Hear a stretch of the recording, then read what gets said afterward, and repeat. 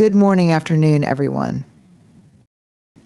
I want to talk about a woman many of us know. Maybe we've met her in our families, seen her in a mirror, or whispered about her in our dreams.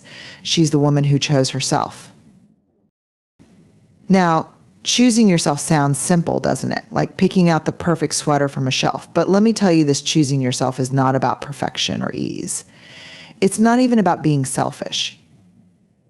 It's about deciding in a world full of noise that your voice matters. It's about daring to sit at the table of your own life and say, this seat is mine. And here's the hard part: when you choose yourself, you will ruffle feathers. You will disappoint people. There will be rooms you're no longer welcome in and expectations you will break.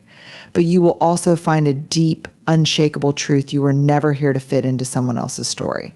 You're here to write your own dot. For far too long, women have been taught that choosing themselves, choosing their needs, their dreams, their boundaries is selfish. The word selfish gets thrown around like a weapon, used to shame women back into roles of service, silence, and sacrifice. But here's the truth we've been missing: choosing yourself isn't selfish. It's sacred. Let me explain. When we call something sacred, we mean it's worthy of reverence. We mean it's essential, something precious that must be protected. And what could be more essential, more precious than your own soul, your voice, your dreams? When you choose yourself, you honor the sacred parts of you that have been buried under years of, I'm fine, I'll do it later, and I don't want to disappoint anyone. Choosing yourself means you recognize your life as something holy, not something to be traded away for approval or permission. It's not about abandoning people, it's about refusing to abandon yourself.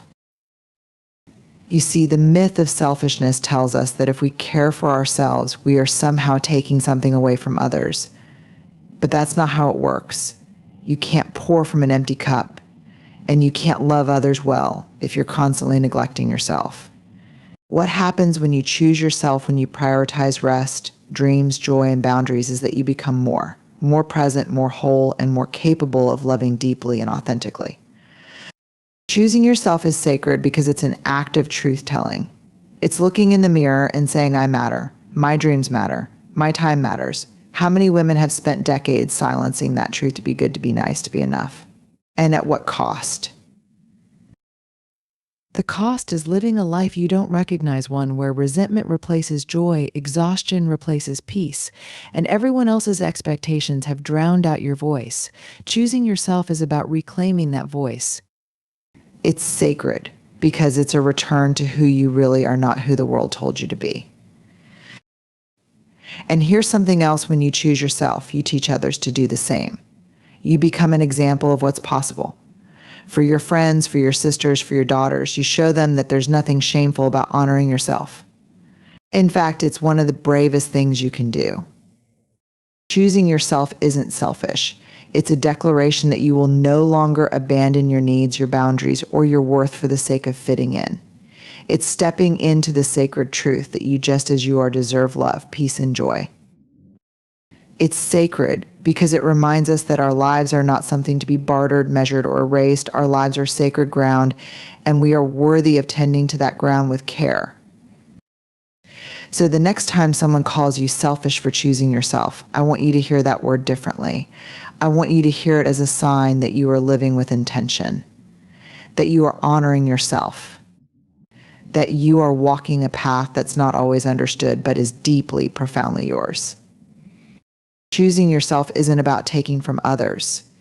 It's about showing up as the truest version of you, someone who is whole, unapologetic, and alive. And when you do that, you don't diminish others. You invite them to step into their sacred truth too. Because a woman who chooses herself doesn't just change her own life. She changes the world around her. And there is nothing selfish about that. Let's get honest, choosing yourself is not easy. It's not wrapped in pretty bows or Instagram quotes. It's uncomfortable, messy, and often terrifying. When you decide to choose yourself, your truth, your needs, your boundaries, you're going to feel it. In your body, in your relationships, and in the stories you've been told about who you're supposed to be. Why?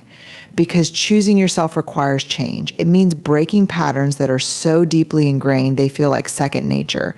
It means unlearning the belief that your worth is tied to how much you can sacrifice, how well you can please others, or how small you can make yourself. And it means stepping into a space where you'll likely disappoint some people. That's the discomfort. When you choose yourself, there will be moments of pushback, maybe even moments of rejection. People who have benefited from your silence, your flexibility, or your endless yes might not like your new no.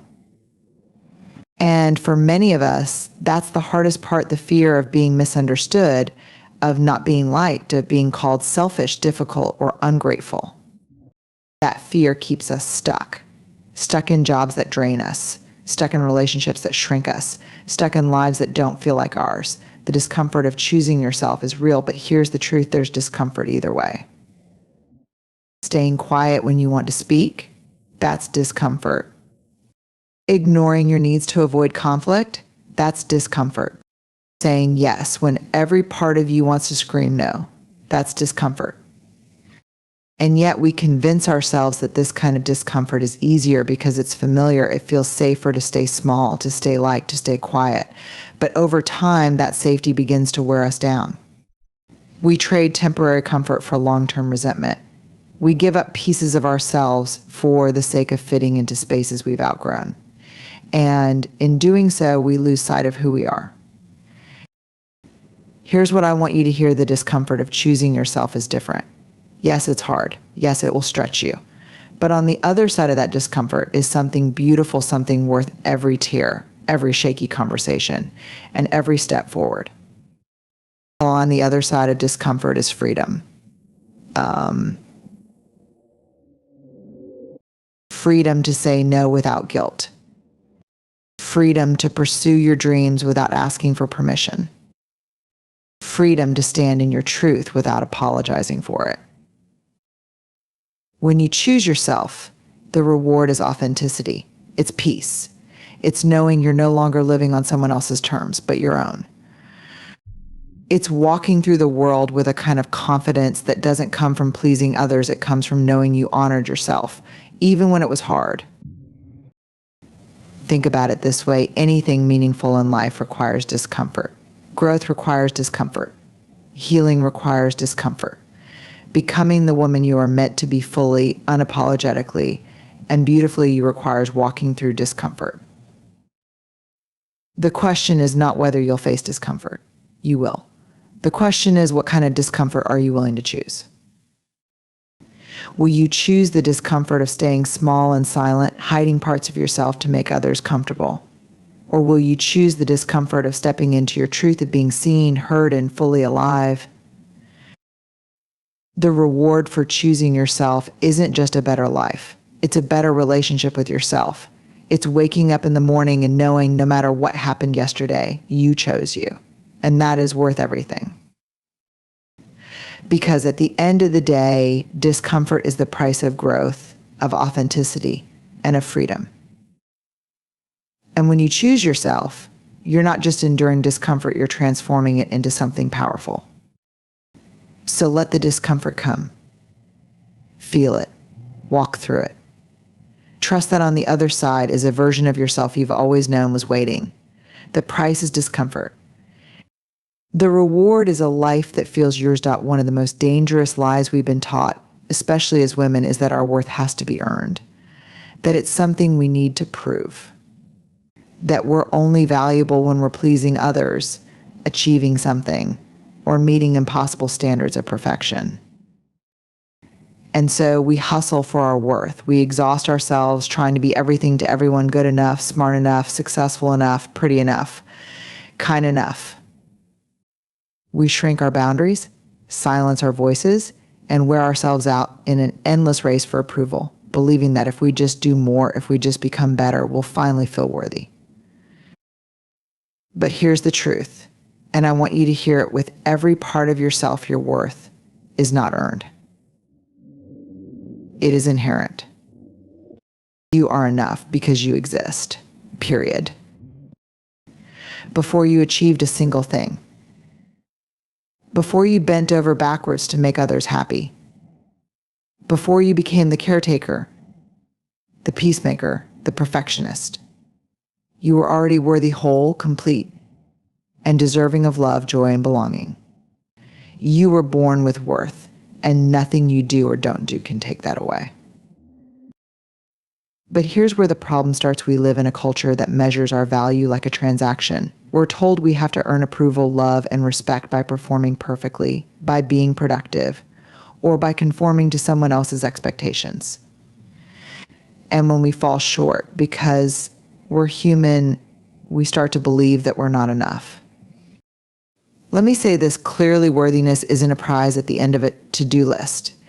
It's not something you win when you lose weight, get the promotion, keep everyone happy, or cross off every box on someone else's checklist for your life. It doesn't vanish when you make a mistake, when you fail, or when someone rejects you. Your worth is not dependent on anyone else's opinion of you, and it's certainly not dependent on your ability to meet impossible standards. When you finally embrace the truth that your worth is inherent, it's liberating. You stop measuring your value by how much you can do for others. You stop apologizing for taking up space or having needs. You stop waiting for permission to be who you are. This doesn't mean you stop striving for growth, success, or purpose. It means you do those things from a place of worthiness, not to prove your worthiness. There's a difference. One feels like love and freedom. The other feels like exhaustion and fear. When you believe your worth is inherent, you can show up fully and authentically in your life. You can set boundaries without guilt because you know that saying no doesn't make you less valuable. You can chase your dreams without shame because you're not asking anyone to validate you. You can love yourself through your mistakes because your worth doesn't depend on perfection. Not the truth is, there will always be people and situations that try to make you forget your worth. A critical comment, a broken relationship, a failure that shakes your confidence. But you get to decide what you believe. You get to decide to root yourself in the unshakable truth that you are worthy always, unconditionally, and forever. Here's a practice I want you to try the next time you catch yourself thinking, I'm not enough, or I haven't done enough. Pause. Take a deep breath. Remind yourself, my worth is not earned. It is inherent. I am enough just as I am. Because when you believe that, when you truly own it, everything changes. You stop chasing validation and start living your life. You stop hustling for love and start receiving it first from yourself and then from others who can meet you in your wholeness. Your worth is not something you need to fight for or prove. It is your birthright. It is the foundation of who you are. It's time to stop looking outside yourself for confirmation of what has been true all along. You are enough. You always have been. You always will be. Choosing yourself is not just a personal act, it's a ripple that extends far beyond you. When you choose yourself, when you step into your truth, honor your needs, and take up space, you quietly give others permission to do the same. You become a living example of what's possible, and you spark courage in the people watching. This isn't about shouting your choices from a rooftop or demanding others follow you. It's about how you show up in your own life. When you choose yourself, your actions often quiet and subtle send a message: you are allowed to be who you are. You are allowed to honor what you need. We don't often realize how deeply we influence one another. Every time you say no to something that doesn't align with you, someone sees that. Every time you prioritize your health, your boundaries, or your dreams, someone notices. And that someone might be a friend, a sister, a colleague, or even a stranger. They might not say it out loud, but deep down they're thinking, if she can do it, maybe I can too. You see, courage is contagious. When one person dares to show up fully imperfect but authentic, it breaks open a path for others to follow. It creates a sense of possibility. And for so many of us, that's all we need to see someone else take the first step. Think of the women in your life who have chosen themselves. Maybe it was a mother who set boundaries for the first time. Maybe it was a friend who walked away from a job, relationship, or life that didn't serve her. Maybe it was a mentor who stood in her truth and showed you what it means to live unapologetically. Didn't that inspire something in you? Didn't it make you wonder, what if I did that too? When you choose yourself, you're not just making space for your own joy, you're showing others that they are allowed to choose their joy too. You're dismantling the unspoken rules that tell us we must keep shrinking, keep sacrificing, and keep proving our worth. For generations, women have been taught that choosing themselves is selfish, unkind, or even dangerous. We've been handed a script that says our value is found in how much we give, how much we please, and how little we inconvenience others. But every time a woman chooses herself, she rewrites that script, not just for herself, but for everyone around her. Think about it this way: when you choose yourself, you're creating a legacy of courage. Your daughters, sisters, friends, and peers learn by watching you. They see that honoring yourself is not an act of rebellion, it's an act of self-respect. And that lesson might be exactly what they need to take their own first step. So when you feel fear creeping in, whispering, what will people think? Will they call me selfish? I want you to remember this: you are giving others a gift. By standing up for yourself, you show others that it's safe to do the same. By honoring your boundaries, you show others that it's okay to have boundaries. By chasing your dreams, you show others that their dreams matter too. The world doesn't need more people living lives they don't want out of fear or obligation. The world needs more people choosing themselves fully and unapologetically. Because when you choose yourself, you give others permission to reclaim their own lives. You light a fire that says, you are allowed to be happy. You are allowed to be whole. Choosing yourself is not just about you. It's about creating a new path, one where others can walk freely without shame, guilt, or hesitation. And that is how we change the world, one choice at a time. So today, I challenge you to choose yourself boldly, not just for your own freedom, but for the women watching you, those you know, and those you don't. Be the example. Be the example. Be the permission. Be the spark that someone else needs to finally say, I can choose myself. 2.so, here's what I want to leave you with: choosing yourself is not an act of selfishness, it's an act of courage. It's standing tall in a world that often asks you to shrink. It's saying, I matter even when it's hard, even when it's uncomfortable, even when no one else understands. And the most beautiful part, when you choose yourself, you don't just change your life, you inspire others to do the same. You become a lighthouse for anyone who's still lost in the storm of self-doubt, showing them that it's okay to honor their needs, speak their truth, and take up space. So I ask you this: what would happen if you chose yourself? If you dared to trust that you are enough just as you are? If you stopped waiting for permission to live fully and started giving yourself permission to thrive? Because when you choose yourself, you don't just step into a life that feels like yours, you give others the courage to do the same. And that is how change begins. That is how we rise. Thank you.